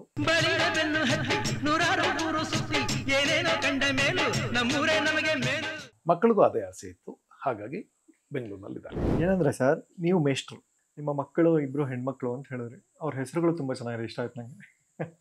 ಓಕೆ, ಈ ಮೇಷ್ಟ್ರು ಮಕ್ಕಳಿಗೆ ಒಂದು ಪ್ರಾಬ್ಲಮ್ ಇರುತ್ತೆ ಸರ್. ಅವರು ಚೆನ್ನಾಗಿ ಪಾಸ್ ಆಗ್ಬಿಟ್ರೆ ನೀವು ಬಿಡಿ ಮೇಷ್ಟ್ರು ಮಕ್ಕಳು ಅಂತಾರೆ. ಜಾಸ್ತಿ ಮಾರ್ಕ್ಸ್ ಬಂದಿಲ್ಲ ಅಂದ್ರೆ ಮೇಷ್ಟ್ರು ಮಕ್ಕಳಿಗೆ ನೀವೇ ಹಿಂಗೆ ಮಾಡ್ಬಿಡ್ತೀರಾ, ಹೆಂಗೆ ಜೀವನ ಅಂತ. ನಮ್ಮ ಜಯಂತ್ ಕಾಯ್ಕಿಣಿ ಮೇಷ್ಟ್ರ ಮಕ್ಕಳು ಅಂತ ಒಂದು ಪ್ರಬಂಧ ಬರೆದಿದ್ದಾರೆ, ನೀವು ಯಾವಾಗಲಾದ್ರೂ ಓದಿ, ತುಂಬಾ ಚೆನ್ನಾಗಿದೆ. ಅವ್ರ ಮೇಷ್ಟ್ರ ಮಗ ಜಯಂತ್ ಕಾಯ್ಕಿಣಿ ಅವ್ರ ತಂದೆ ಗೌರೀಶ್ ಕಾಯ್ಕಿಣಿ ಅವರು ಆ ಊರಲ್ಲೇ ಮೇಷ್ಟ್ರಾಗಿದ್ರು. ಅವರು ಬಹಳ ಚೆನ್ನಾಗಿ ಬರೀತಾರೆ. ಮನೆಯಲ್ಲಿ ಅಪ್ಪ ನನಗೆ ಎಣ್ಣೆ ಹಾಕಿ ಎಣ್ಣೆ ತಿಕ್ಕಿ ಸ್ನಾನ ಮಾಡಿಸಿದ್ರೆ ಸ್ನಾನ ಮಾಡ್ತಾ ಇರೋದು ಅಪ್ಪನ ಮೇಷ್ಟ್ರ ಕನ್ಫ್ಯೂಷನ್. ಮನೆಯಲ್ಲಿ ಊಟ ಮಾಡುವಾಗ ಏಯ್ ತಿನ್ನ ಸುಮ್ನೆ, ತಿಂದೆದ್ದೇಳು ಅಂತ ಬೈದ್ರೆ ಬೈದಿದ್ದು ಅಪ್ಪನ ಮೇಷ್ಟ್ರ ಗೊತ್ತಾಗ್ತಿರ್ಲಿಲ್ಲ ನನಗೆ ಅಂತ. ಅಪ್ಪ ಮೇಷ್ಟ್ರು ಎರಡು ವ್ಯಕ್ತಿತ್ವ ಬೇರೆ, ಆದ್ರೆ ಅಪ್ಪನ ಮೇಷ್ಟ್ರ ಅಂತ ಗೊತ್ತಾಗ್ತಿರ್ಲಿಲ್ಲ ಅಂತ. ನಾನು ಸುಮ್ಮನೆ ತಮಾಷೆಗೆ ಹೇಳ್ತೀನಿ, ಸಾಮಾನ್ಯವಾಗಿ ಮೇಷ್ಟ್ರಗಳ ಮಕ್ಕಳು ಇಲ್ಲ ತುಂಬಾ ಬುದ್ಧಿವಂತರಾಗಿರ್ತಾರೆ, ಇಲ್ಲ ಶುಂಠರಾಗಿರ್ತಾರೆ ಅಂತ. ನಾರ್ಮಲಿ ಎಲ್ಲರೂ ಹಂಗೆ ಇದ್ದಾರೆ ಅಂತ ಹೇಳಕ್ಕಾಗಲ್ಲ. ನನ್ನ ದೃಷ್ಟ ನನ್ನ ಮಕ್ಕಳು ಭಾರಿ ಮೇಧಾವಿಗಳು ಅಂತ ಹೇಳದೇ ಇದ್ರು ರೈಟ್ ಇಂಟೆಲಿಜೆನ್ಸ್ ಅಂತಾರಲ್ಲ, ಸಾಕಷ್ಟು ಬುದ್ಧಿವಂತರು, ಚೆನ್ನಾಗಿ ಓದಿದ್ರು, ಓದ್ಕೊಂಡು ಅವರಷ್ಟಕ್ಕವರು ಚೆನ್ನಾಗಿ ಸೆಟ್ಲ್ ಆಗಿದ್ದಾರೆ. ಒಳ್ಳೆ ಚಿನ್ನದಂತ ಇಬ್ಬರು ಅಳಿಯಂದಿರಿದ್ದಾರೆ. ನಾನು ಬಹಳ ಸಲ ಹೇಳ್ತೀನಿ, ನಾನೇ ಇಬ್ಬರು ಗಂಡು ಮಕ್ಕಳು ಸಾಕಿದ್ರು ಅಷ್ಟು ಒಳ್ಳೆ ಮಕ್ಕಳನ್ನ ಸಾಕ್ತಿದ್ನೋ ಇಲ್ವೋ, ಅಷ್ಟು ಒಳ್ಳೆ ಅಳಿಯಂದರು. ಆ ದೃಷ್ಟಿಯಿಂದ ಒಂದು ಸಂತೃಪ್ತವಾದ ಕುಟುಂಬ. ಮತ್ತು ನನ್ನ ಈ ಎಲ್ಲ ಹುಚ್ಚಾಟಗಳು, ತಿರುಗಾಟ, ಐಲಾಟ, ಅಲೆದಾಟ ಇದೆಲ್ಲದಕ್ಕೂ ಸಪೋರ್ಟ್ ಮಾಡ್ಕೊಂಡು ನಿಂತಿರುವಂತ ನನ್ನ ಮಡದಿ. ಅವರು ಸಪೋರ್ಟ್ ಮಾಡದೆ ಹೋಗಿದ್ದರೆ ಹೆಂಗಾಗ್ತಾರೆ? ಹೌದು, ಅದು ಬಹಳ ಖುಷಿಯಾಗುತ್ತೆ. ನೀವು ಹೇಳಿದ್ರೆ ನಿಮ್ಮ ಮಕ್ಕಳು ಕ್ವೈಟ್ ಇಂಟೆಲಿಜೆಂಟ್ಸ್ ಅಂತ, ಅದೊಂದು ಪುಣ್ಯ, ಖುಷಿನೂ ಹೌದು. ತಂದೆ ತಾಯಿ ಸಂಸ್ಕಾರ ಕೊಟ್ಟು ಬೆಳೆಸಿರ್ತಾರೆ. ಕೆಲವು ಮೇಷ್ಟ್ರ ಮಕ್ಕಳು ತುಂಬ ದೊಡ್ಡರಿರ್ತಾರೆ ಅಂತ ಹೇಳಿದ್ರಿ. ಗುರುಪ್ರಸಾದ್ ಅವರು, ಮಠ ನಿರ್ದೇಶಕರು ಗುರುಪ್ರಸಾದ್ ಅವರು, ಅವ್ರು ನಮ್ಮ ಕ್ಲಿನಿಕ್ಗೆ ಬಂದಾಗ ಒಂದು ಹೇಳಿದರು, ಅವ್ರ ಶಾಲೆಯಲ್ಲಿ ಅವ್ರ ಮೇಷ್ಟ್ರ ಮಗಳು ತುಂಬ ದಡ್ಡಿ, ತುಂಬ ಕೆಟ್ಟದಾಗ ಹಾಡ್ತಿದ್ಲಂತೆ ಪಾಪ. ಅವ್ರ ಬಗ್ಗೆ ಇವರೊಂದು ಕವಿತೆ ಬರೆದಿದ್ರಂತೆ. ಮೇಷ್ಟರ ಮಗಳು ಹಾಡುವಳೆಂದರೆ ಕನ್ನಡ ತಾಯಿಯು ನಡುಗುವಳು, ಕಿವಿಗೆ ಹತ್ತಿಯ ಮಡುಗುವಳು. ಆ ಥರ ಮೇಷ್ಟ್ರ ಮಕ್ಕಳು ಇರ್ತಾರೆ. ನೀವು ಎಷ್ಟು ವಿದೇಶಗಳ ಸುತ್ತಿದ್ದೀರಾ ಸರ್? ನಾನು ಈವರೆಗೆ 57 ಸಲ ವಿದೇಶ ಯಾತ್ರೆ ಮಾಡಿದ್ದೀನಿ. ಓ ಮೈ ಗಾಡ್. ಲೆಕ್ಕ ಹಾಕೊಂಡಿದ್ದೀನಿ. ಆ 57ರಲ್ಲಿ 24 ಸಲ ಅಮೆರಿಕಕ್ಕೆ ಹೋಗಿದ್ದೀನಿ. ಇಂಗ್ಲೆಂಡ್ಗೆ ಒಂದು 5 ಸಲ ಹೋಗಿದ್ದೀನಿ. ಸಿಂಗಪೂರ್ಗೆ ಒಂದು 5-6 ಸಲ ಹೋಗಿದ್ದೀನಿ. ದುಬೈಗೆ ಒಂದು 5-6 ಸಲ ಹೋಗಿದ್ದೀನಿ. ಕೆಲವು ದೇಶಗಳನ್ನ ಬಿಟ್ರೆ, 1, 2, 3, 4 ಬಿಟ್ರೆ ಎಲ್ಲಿಗೂ ಒಂದ್ಸಲ ಹೋಗಿಲ್ಲ ನಾನು. ನನ್ನ ಸಂತೋಷ ಏನು ಅಂದ್ರೆ ನನ್ನ ಕರೆದವ್ರು ಮತ್ತೆ ಕರೆದಿದ್ದಾರೆ. ಮತ್ತೆ ಕರೆದಿದ್ರು. ಬಹಳ ದೇಶಗಳಿಗೆ ಹಂಗೆ ಹೋಗಿದ್ದೆ. ಫ್ಯಾಮಿಲಿ ಜೊತೆ ಬಹಳ ಕಡಿಮೆ. ಯಾಕಂದ್ರೆ ನಾನು ಸಾಮಾನ್ಯ ತಮಾಷೆಗೆ ಹೇಳೋದು, ಒಂದ್ ಮನೇಲಿ ಒಬ್ಬರು ದಾರಿ ತಪ್ಪಿದ್ರೆ ಸಾಕು ಅಂತ. ಇಬ್ರು ಹೋಗಕ್ಕೆ ಆಗೋದಿಲ್ಲ ಬಹಳ ಸಲ. ಒಂದ್ಸಲ ಅಮೆರಿಕಕ್ಕೆ ಹೋಗಿದ್ವಿ. ಒಂದು 5 ವಾರ ಅಮೆರಿಕಾದಲ್ಲಿ ಬೇರೆ ಬೇರೆ ಕಡೆ ಟೂರ್ ಮಾಡಿ ಕಾರ್ಯಕ್ರಮಗಳು ಮಾಡಿ ಬಂದ್ವಿ. ಆಮೇಲೆ ಒಂದ್ಸಲ ದುಬೈಗೆ ಹೋಗಿದ್ವಿ, ಒಂದ್ಸಲ ಥೈಲ್ಯಾಂಡ್ಗೆ ಹೋಗಿದ್ವಿ, ಹಾಗೆ ಜೊತೆಲಿ ಹೋಗಿದ್ವಿ. ನಮ್ಮಲ್ಲಿ ಶ್ರೀನಿಧಿ ಹಾಲಿಡೇಸ್ ಅಂತ ಇದ್ದಾರೆ ಸರ್. ಅವರು ಸ್ಪೆಷಾಲಿಟಿ ಏನಂದ್ರೆ, ಅವರು ತುಂಬಾ ಕಡಿಮೆ ಪ್ಯಾಕೇಜಲ್ಲಿ ಫಾರಿನ್ ಟ್ರಿಪ್ಗಳನ್ನ ಇದು ಮಾಡ್ಕೊಡ್ತಾರೆ. ಮತ್ತೆ ಡೊಮೆಸ್ಟಿಕ್ ಮತ್ತೆ ಇಂಟರ್ನ್ಯಾಷನಲ್ ಟ್ರಿಪ್ ಎರಡೂ ಮಾಡ್ತಾರೆ. ಹ್ಮ್. ಅವ್ರದ್ದು ಇನ್ನೊಂದು ಸ್ಪೆಷಾಲಿಟಿ ಏನಂದ್ರೆ ಟ್ರಿಪ್ನ ಕಸ್ಟಮೈಸ್ ಮಾಡ್ಕೊಡ್ತಾರೆ. ಈಗ ಯಾವ್ದಾದ್ರು ಫಾರಿನ್ ಕಂಟ್ರಿಗೆ ಹೋಗ್ಬೇಕು ಅಂದ್ರೆ ನೀವು 5 ದಿನ ಇರ್ತೀರಾ ಅಂದ್ರೆ ನೀವು ಎಲ್ಲೆಲ್ಲಿಗೆ ಹೋಗ್ಬೇಕು ಅಂತ ಅವ್ರು ಹೇಳ್ತಾರೆ. ಹಿಂಗೆ ಹೋದ್ರೆ ಬೆಟರ್ ಆಗತ್ತೆ ಅಂತ, ಅಥವಾ ನೀವೇ ನಂಗೆ ಇಲ್ಲಿ ಬೇಡ ಹಿಂಗೆ ಹೋಗ್ಬೇಕು ಅಂದ್ರೆ ಅದೇ ಥರ ಅಲ್ಲಿಗೆ ಕರ್ಕೊಂಡು ಹೋಗ್ತಾರೆ ಆ ಥರ. ಮತ್ತೆ ಬೇರೆಯವ್ರಿಗೆ ಕಂಪೇರ್ ಮಾಡಿದ್ರೆ ತುಂಬ ಕಡಿಮೆ ರೇಟ್ಸಲ್ಲಿ ಕರ್ಕೊಂಡು ಹೋಗ್ತಾರೆ. ಅವ್ರಿಗೆ ಹೇಳಿ ಕೃಷ್ಣೇಗೌಡರು ಬರ್ತಿದ್ದಾರೆ ಅಂತ, ಅವ್ರು ನಿಮ್ಮ ಫ್ಯಾನ್. Thank you. ಅವರ ವೈಫು ನಿಮ್ಮೂರವ್ರಂತೆ, ಪಾಂಡುಪುರದವ್ರಂತೆ. ಹೌದಾ? ಸೊ ಹಂಗಾಗಿ ಅವ್ರಿಗೊಂದು ಗಿಫ್ಟ್ ಕೊಡಿ ಅಂತ ಕೊಟ್ಟಿದ್ದಾರೆ. ನಮ್ಗೊಂದು ಕರುಳುಬಳ್ಳಿ ಸಂಬಂಧ ಇದೆ. ಕರುಳುಬಳ್ಳಿ. ಆಮೇಲೆ ಇಂಥದ್ದೊಂದು ಮಾತಿದೆಯಲ್ಲ, ನಾನು ಅವ್ರಿಗೆ ಫ್ಯಾನ್ ಅಂತ ಹೇಳೋ ಮಾತಿದೆಯಲ್ಲ, ಕೀರ್ತಿ ನಿಜವಾಗ್ಲೂ ಹೇಳ್ತೀನಿ, ನಾನೇನ್ ಬಹಳ ವಿಶೇಷವಾದ ಮನುಷ್ಯ, ಬಹಳ ದೊಡ್ಡವನು, ಮೇಧಾವಿ, ಜ್ಞಾನಿ ಅಂತ ಏನು ಅಂದ್ಕೊಂಡಿಲ್ಲ. ಯಾಕೆಂದ್ರೆ ನನ್ನ ಕ್ಯಾಲಿಬರ್ ಏನು ಅಂತ ನನಗೆ ಗೊತ್ತು. ಆದ್ರೆ ಯಾರಾದ್ರೂ ಒಬ್ಬ ನನ್ನಂಥವನಿಗೆ ನಾವು ನಿಮ್ಮ ಅಭಿಮಾನಿ ಅಂತಂದಾಗ ನನ್ನ ಹೃದಯ ತುಂಬ ಬರುತ್ತೆ, ಸಂತೋಷ ಆಗುತ್ತೆ. ಅದರ ಅರ್ಥ ನಾನ್ ದೊಡ್ಡವನು ಅಂತಲ್ಲ, ಅವ್ರು ಪ್ರೀತಿಸುವಷ್ಟು ದೊಡ್ಡವರು ಅಂತ, ಅವ್ರ ಹೃದಯ ಪ್ರೀತಿಸುವಷ್ಟು ದೊಡ್ಡದು ಅಂತ. ಅದರಿಂದ ಅವ್ರಿಗೆ ನನ್ನ ಕೃತಜ್ಞತೆ ಹೇಳಿ, ಮತ್ತೆ ಅವರ ಪ್ಯಾಕೇಜ್ ಟೂರ್ಸ್ಗೆ ಅವರು ಯಾರಾದ್ರೂ ತುಂಬಾ ಚಂದ ಮಾತಾಡ್ತೀರಾ ಅಂತ ನಿಮಗೋಸ್ಕರ ಒಂದು ಕಸ್ಟಮೈಸ್ ಮಾಡಿರೋ ಗಿಫ್ಟ್ ಕೊಟ್ಟಿದ್ದಾರೆ ಸರ್, ನೋಡಿ. ಓಹೋ, ಈ ಥರದ್ದೆಲ್ಲ ನನ್ನ ಶ್ರೀಮತಿಯವ್ರಿಗೆ ಬಹಳ ಇಷ್ಟ. ಅವ್ರಿಗೆ ನಿಜವಾಗಿಯೂ ಸಂತೋಷ ಆಗುತ್ತೆ. ನಾವು ಈ ಹಳೆ ಗ್ರಾಮಫೋನ್ ಕಾಲದವರು, ಇದ್ರಲ್ಲೆಲ್ಲ ನಾವು ಹಾಡು ಕೇಳ್ತಾ ಇದ್ವಿ. ಆಮೇಲೆ ನಮ್ಮ ಹಳ್ಳಿನಲ್ಲಿ ಎಲ್ಲ ಈ ಹಳಬ್ರೆಲ್ಲ ಈ ಗ್ರಾಮಫೋನ್ ಪ್ಲೇಟ್ ಅಲ್ಲಿ ದಾನ್ಶೂರ್ ಕರ್ಣ ಹಾಕಯ್ಯ ಅನ್ನೋರು. ಅವಾಗ ದಾನ್ಶೂರ್ ಕರ್ಣ ಹಾಕೋದು. ಆವಾಗ ಕೊಟ್ಟೂರಪ್ಪನವರು ಅಂತೆಲ್ಲ ದಾನ್ಶೂರ್ ಕರ್ಣನ ಪಾತ್ರ ಮಾಡೋರು. ಕುಲವನರಿಯದೇ ತನ್ನ ಮನದಿಂದಲೇ ಏಕಿಂತು ಮೆರವೆ ಅಧಮ ಅಧಮ ಬೀಳು ವಹಿವೆ ನಿನ್ನ ದರ್ಪದ ಬಿಲ್ವಾಣಗಳನ್ನ. ಯಾಕಂದ್ರೆ ಅವಾಗ ಫಾಸ್ಟ್ ಮಾಡ್ಬಿಟ್ರೋರು. ಗ್ರಾಮ ಪ್ಲೇಟ್ ಒಳಗೆ ಆ ಇಡೀ ನಾಟಕನ ಅಳವಡಿಸ್ಬೇಕಾಗಿತ್ತಲ್ಲ, ಅದಕ್ಕೆ ಫಾಸ್ಟ್ ಆಗಿರ್ಬೋದು. ಗುರುಗಳೇ, ನಾನು ಗುರಿ ಮಧ್ಯೆ ಕೆಸರಿಗೆ ಬಾಣವು ನೋಡಿದಿರುವುದು ಯಶೋತ್ತಮರು ಹಸುಯಿಂದ ಇಲ್ಲಿ ಬಂದು ಹೇಳ್ತಿರುವುದು ತಾವೇ ಪರಾಮರಿಸಬೇಕು. ಅರ್ಜುನ ಬಾಣ ಪ್ರಯೋಗ ಮಾಡೋದು ನಾನೇ ನೋಡಿದೀನಿ. ಗುರುಗಳೇ, ಬಾಣವನ್ನು ಸರಿಯಾಗಿ ಬಿಡಿದ್ರುವೇ ನೋಡಿದೀನಿ. ಹೀಗೆ ಪಟ ಪಟ ಪಟ ಪಟ ಪಟ ಅಂತ ಮಾತಾಡೋರು. ನನಗೆ ಗ್ರಾಮಫೋನ್ ಅಂದ್ರೆ ನೆನಪಾಗುತ್ತೆ. ಹೌದು. ಸೊ ಅದೇ, ನೀವು ಇಡೀ ಇಂಡಿಯಾಗೆ ಫೋನ್ ಅಂತ ಅವರು, ಬರೀ ಗ್ರಾಮಕ್ಕೆ ಫೋನ್ ಅಲ್ಲ. ಗ್ರಾಮ ಫೋನ್ ಅಂದ್ರೆ ಹಳೆ ರೆಕಾರ್ಡ್ ಎಲ್ಲರಿಗೂ ಬರೋದು. ಸೊ ಇದು ಅವ್ರಿಗೆ ಕೊಡಿ ಸೂಕ್ತ ಅಂತ ಹೇಳಿದ್ರು. ತುಂಬಾ ಸಂತೋಷ, ತುಂಬಾ ಸಂತೋಷ. ಅವರಿಗೆ ನನ್ನ ನಮಸ್ಕಾರಗಳು. ಬೆಂಗಳೂರು ಮತ್ತೆ ಮೈಸೂರಲ್ಲಿ ಬ್ರಾಂಚ್ ಇದೆ. ಸುಮಾರು 600ಕ್ಕೂ ಹೆಚ್ಚು ಟ್ರಿಪ್ಗಳನ್ನ ಮಾಡಿರೋ ಅನುಭವ ಇದೆ. 20 ವರ್ಷದಿಂದ ಸಂಸ್ಥೆ ನಡೆಸ್ತಾ ಇದ್ದಾರೆ. ಸೊ ಕಸ್ಟಮೈಸ್ ಟ್ರಿಪ್ಗಳನ್ನ ಮಾಡೋದ್ರಲ್ಲಿ, ಗ್ರೂಪ್ ಟ್ರಿಪ್ಗಳು ಮತ್ತು ಇಂಡಿವಿಜುವಲ್ ಟ್ರಿಪ್ ಮಾಡೋದ್ರಲ್ಲಿ ಎಕ್ಸ್ಪರ್ಟ್ಸ್ ಸರ್. ಸೊ ಶ್ರೀನಿಧಿ ನಮ್ಮ ಈ ವಾಹಿನಿ ಮುಖಾಂತರ ಕೇಳಿದವ್ರಿಗೆ ಆಸಕ್ತಿ ಇದ್ರೆ ಅದನ್ನು ಸಂಪರ್ಕ ಮಾಡಲಿ ಸರ್. ನಿಮ್ಮ ಹವ್ಯಾಸಗಳು ಬಹಳ ಮುಖ್ಯವಾದದ್ದು ಬೋಧಿಸೋದು, ಪಾಠ ಹೇಳೋದು, ಇನ್ನೊಂದು ಮಾತಾಡೋದು. ನನ್ನ ಹವ್ಯಾಸಗಳಲ್ಲಿ ಪ್ರಪಂಚದಲ್ಲಿ ಬೇರೆ ಬೇರೆ ಜನ ಮಾತಾಡ್ತಾರಲ್ಲ, ಅದನ್ನ ಕೇಳೋದು ಒಂದು ಹವ್ಯಾಸ. ಅದೊಂದು ಚಂದ. ಅದು ಬಸ್ ಸ್ಟ್ಯಾಂಡಲ್ಲಿ ಯಾರೋ ಮಾತಾಡ್ತಾ ಕೂತಿರ್ತಾನೆ, ಸ್ವಲ್ಪ ಕಿವಿ ಕೊಟ್ಟು ಕೇಳ್ಬೇಕು. ಬಸ್ಸಲ್ಲಿ ಯಾರೋ ಮಾತಾಡ್ತಾರೆ, ಸ್ವಲ್ಪ ಕಿವಿ ಕೊಟ್ಟು ಕೇಳ್ಬೇಕು. ಅವ್ರು ಬೇರೆದೇ ಮಾತಾಡ್ತಿರ್ತಾರೆ. ಒಂದು ಹೊಸ ಲೋಕ, ಒಂದು ಹೊಸ ಭಾವ ನಮ್ಗೆ ಪರಿಚಯ ಆಗುತ್ತೆ. ದಾರಿಲಿ ಯಾರೋ ಏನೋ ಮಾರ್ಕೊಂಡು ಹೋಗ್ತಿರ್ತಾನೆ, ನಾನು ಅದನ್ನ ಕೇಳಿಸ್ಕೋಬೇಕು ಚಂದ. ಸುಮ್ಮನೆ ಈ ದಾರಿಲಿ ಮಾರೋದು ಅಂತ ಬಂತಲ್ಲ, ನಮ್ಮಲ್ಲಿ ನಮ್ಮ ಮೊಹಲ್ಲಾಗಳಲ್ಲಿ, ಬೀದಿಗಳಲ್ಲಿ, ಸಣ್ಣ ಸಣ್ಣ ರಸ್ತೆಗಳಲ್ಲಿ ಯಾರೋ ಏನೋ ತಲೆ ಮೇಲೆ ಹೊತ್ಕೊಂಡು ಅಥವಾ ಕೈಗಾಡಿಯಲ್ಲಿ ಇಟ್ಕೊಂಡು ಮಾರ್ಕೊಂಡು ಹೋಗ್ತಿರ್ತಾರೆ. ಈ ಮಾರ್ಕೊಂಡು ಹೋಗೋರು ಬೇಕಂತಾನೆ ಈ ಮಾಮೂಲು ಟೋನ್ ಅಲ್ಲದೆ ಇರುವಂತ ಒಂದು ಬೇರೆದೊಂದು ಟೋನಲ್ಲಿ ಹೋಗ್ತಾರೆ. ಈಗ ಮಾಮೂಲು ಟೋನ್, ಬದನೆಕಾಯಿ ಅಂದ್ರೆ ಕೇಳ್ಸಲ್ಲ ಯಾರಿಗೂ, ಆಲೂಗಡ್ಡೆ ಅಂದ್ರೆ ಕೇಳ್ಸಲ್ಲ ಯಾರಿಗೂ. ಯಾಕೆಂದ್ರೆ ಬೇರೆ ಬೇರೆ ವಾಯ್ಸ್ ಒಳಗೆ ಮುಳುಗೋಗ್ಬಿಡುತ್ತೆ. ಆಲೂಗಡ್ಡೆ ಅಂತ ನಾವು. ಯಾಕೆಂದ್ರೆ ಈ ಜಗತ್ತಲ್ಲಿರುವ ಗದ್ದಲದ ನಡುವೆ ಭೇದಿಸಿ ಹೋಗ್ಬೇಕು ಅವನ ವಾಯ್ಸ್. ಅವ್ರಿಗೆ ಆಲೂಗಡ್ಡೆ ಅಂತ ಅರ್ಥ ಆಗದೆ ಇದ್ರು ಪರವಾಗಿಲ್ಲ, ಏನೋ ಮಾರ್ತಾ ಇದ್ದಾರೆ ಅಂತ ಕಿಟಕಿಲ್ ನೋಡ್ಬೇಕು. ಹೌದು. ನಮ್ ಕಡೆ ಅವಾಗ ಸ್ಟೀಲ್ ಪಾತ್ರೆ ಮಾರಕ್ ಬರೋರು, ಸಾಮಾನ್ಯವಾಗಿ ಸ್ಟೀಲ್ ಪಾತ್ರೆ ಮಾರೋರೆಲ್ಲ ಕೂಗ್ತಾ ಇದ್ದಿದ್ದು ಒಂಥರ,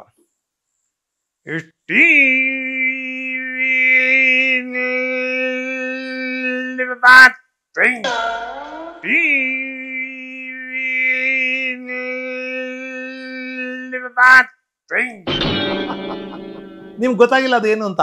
ನಾನು ಸ್ಟೀಲ್ ಪಾತ್ರೆ ಅಂತ ಹೇಳಿದ್ರೆ ನಿಮ್ಗೆ ಗೊತ್ತಾಗ್ತಿರ್ಲಿಲ್ಲ. ಕರೆಕ್ಟ್. ಆದ್ರೆ ಅವನ ಉದ್ದೇಶ ಏನು ಅಂದ್ರೆ, ಈ ಸೌಂಡ್ ಇದೆಯಲ್ಲ, ಇದು ಇದೊಂದ್ಸಲಿ ಕೇಳಿಸ್ಕೊ. ಈ ಸೌಂಡ್ ಯಾರಿಗೋ ಗೊತ್ತಾಗ್ಬೇಕು. ಖಾರದ ಕಳ್ಳೆಕಾಯಿ ಬೀಜ, ಅದು ಖಾರದ ಕಳ್ಳೆಕಾಯಿ ಬೀಜ. ಅವ್ನು ಸಾರು ಖಾರದ ಕಳ್ಳೆಕಾಯಿ ಬೀಜ. ಕಳ್ಳೆಕಾಯಿ ಬೀಜ ಕೇಳಿಸ್ತಾನೆ ಇರಲಿಲ್ಲ ಜನಗಳಿಗೆ. ಖಾರ್ ಅಂತಾರಲ್ಲ, ಅದು ಯಾರಿಗೂ ಕೇಳಿಸುತ್ತೆ. ಅಂದ್ರೆ ನಮ್ಮ ಮಾತಿಗೊಂದು ಉದ್ದೇಶ ಇರುತ್ತೆ. ಆ ಉದ್ದೇಶ ತಲುಪಬೇಕು, ಅರ್ಥ ಎಲ್ಲ ತಲುಪಬೇಕಾಗಿರೋದು, ಉದ್ದೇಶ ತಲುಪಬೇಕು. ಈಗ ಎಷ್ಟೋ ಸಲ ಹಿಡಿದು ಕುಕ್ಕೊಡ್ತೀನಿ ಅಂತಾನೆ, ಅವನೇನು ಹಿಡಿದು ಕುಕ್ಕೋದಿಲ್ಲ, ನನಗೆ ಕೋಪ ಬಂದಿದೆ ಅಂತ ಹೇಳೋ ಉದ್ದೇಶ ಅಷ್ಟೇ. ಸಾಯಿಸ್ಬಿಡ್ತೀನಿ ಮಗನೇ ಅಂತಾನೆ. ಎಷ್ಟು ಕೊಲೆ ಮಾಡೋನು ಇಲ್ಲಿ ತರ್ಕೋನು? ಅದೇನು ಅರ್ಥ ಅಲ್ಲ, ಸಾಯಿಸೋದಿಲ್ಲ ಅವನು ಯಾರನ್ನು. ಉದ್ದೇಶ ಏನು ಅಂದ್ರೆ ಅವನಿಗೆ ಕೋಪ ಬಂದಿದೆ ಅನ್ನೋದನ್ನ ಹೇಳ್ಬೇಕು. ಹೌದು. ಅದರಿಂದ ಮಾತಿಗೆ ಅರ್ಥ ಮುಖ್ಯ ಅಲ್ಲ, ಅದರ ಉದ್ದೇಶ ಮುಖ್ಯ. ತುಂಟ ಪ್ರಶ್ನೆಗೆ ತರಲೇ ಉತ್ತರ. ಆ ಥರ ಹೆಂಡತಿ ಹತ್ರ ಬೈಸ್ಕೊಳ್ದೇ ಇರೋ ಗಂಡನ್ನ ಏನನ್ಬೋದು? ಗಂಡ ಅಂತಾನೆ ಕರೆಯಕ್ಕಾಗಲ್ಲ ಸರ್ ಅವನ್ನ. ಈ ಒಳ್ಳೆ ಹೆಂಡತಿ ಒಳ್ಳೆ ಗಂಡ ಎಲ್ಲಿ ಸಿಗ್ತಾರೆ ಸರ್? ನಮ್ಗಿಂತ ಒಳ್ಳೆಯವ್ರು ಯಾರಿದ್ದಾರೆ ಪ್ರಪಂಚದಲ್ಲಿ? ನಮ್ಗಿಂತ ಒಳ್ಳೆಯವರು ನೀವು ಅಂತೀನಿ, ನೀವು ಒಪ್ಪಲ್ವೋ ಏನೋ. ಗಂಡನಿಗೆ ವಿರುದ್ಧ ಪದ ಅಂತ ಏನಾದ್ರು ಇದೆಯಾ? ಊರಲ್ಲಿ 4 ಜನ 4 ಮಾತಾಡ್ತಾರೆ ಅಂತಾರಲ್ಲ ಸರ್, ಯಾರದು? ತುಂಟತನಕ್ಕೂ ಪೋಲಿತನಕ್ಕೂ ಇರೋ ವ್ಯತ್ಯಾಸ ಏನು ಸರ್? ನಾದಮಯ ಈ ಲೋಕವೆಲ್ಲ ನಾದಮಯ. ದಯವಿಟ್ಟು ಅದನ್ನ ಮತ್ತೆ ಪ್ರಸ್ತುತಪಡಿಸಬಹುದಾ ನಮಗಾಗಿ? ಲಕ್ಷ್ಮೀ ವಿಚಾರ, ಲಕ್ಷ್ಮೀ ವಿಚಾರ, ಧನಲಕ್ಷ್ಮಿ ವಿಚಾರ. ಅಯ್ಯ ನಿನ್ ಕೈಗೆ ಮಿಡಿನಾಗರ್ ಕಡಿಯ, ನಿನ್ ಮೈಗೆ ಮಾವನ್ ಸೌದೆ ಹಾಕ, ನಿನ್ ಹೊಟ್ಟೆ ಪಟ್ಟನ್ ಸಿಡಿಯ, ನಿನ್ ಹೆಣ ಹೆಬ್ಬಾಕ್ಲಲ್ಲಿ ಹೋಗ, ನಿನ್ಗೆ ಇಂಥ ದಿನ ಕಾಣದೆ ಹೋಗ, ನಿನ್ ಸುಳಿ ಸುಟ್ಟೋಗ, ನಿನ್ ಗಂಟ್ಲ ಗಂಡ ಮೇಲೆ ರೋಗ ಬರ, ನಿನ್ನ ಪಾದಕ್ಕೆ ಗೋವಿಂದ ಗೋವಿಂದ. ಕೀರ್ತಿ ENT ಕ್ಲಿನಿಕ್ ವಿಸಿಟ್ ಮಾಡ್ತಿರೇ, ಮನ್ಸುಗೊಳ್ಳೆದು.